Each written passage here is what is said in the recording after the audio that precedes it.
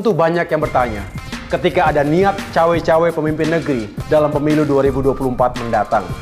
Kalau cawe-cawe itu melibatkan instrumen kekuasaan negara dan dinilai tidak adil, jelas nasib demokrasi kita dalam bahaya. Ketua Umum Partai Demokrat Agus Harimurti Yudhoyono atau AHY tiba-tiba menyampaikan kritik tajam kepada Presiden Joko Widodo. Beberapa hari lalu lewat pidatonya, AHY mengkritik sejumlah kebijakan pemerintah, utang hingga kondisi perekonomian Indonesia saat ini. Lantas apa sebetulnya motif AHY? Direktur Parameter Politik Indonesia Adi Prayitno mencoba menganalisis kritik AHY. Dia menilai AHY memang tengah menegaskan posisinya jelang pemilu 2024. Ini bagian dari penegasan positioning AHY, semacam penegasan positioning AHY sebagai sosok anti pemerintah yang saya kira memang sebagai upaya mengkapitalisasi, mengakumulasi, mencari pemilih-pemilih yang anti Jokowi, yang tak puas dengan pemerintah, untuk dijadikan insentif politik elektoral.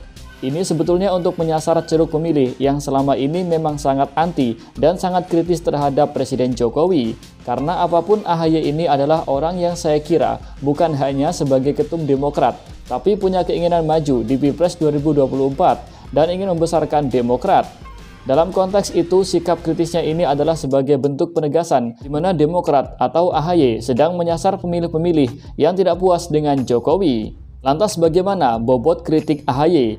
Adi menyebut AHY tetap harus memberikan data-data ketika mengkritik Presiden Jokowi. Selain itu, menurutnya AHY juga harus siap diserang balik oleh pendukung Jokowi. Kemudian soal pertumbuhan ekonomi, harus diakui pertumbuhan ekonomi kita memang 5%, lebih bagus dibanding negara lain. Tapi mungkin karena pertumbuhan ekonomi tidak sesuai harapan, misalnya tumbuhnya 8% atau 10%, makanya dikritik oleh AHY. Saya kira bagus mengkritik ini, tapi memang harus siap-siap dikritik balik oleh pendukungnya Pak Jokowi. Karena dibandingkan negara lain, pertumbuhan ekonomi kita relatif oke, yakni 5%.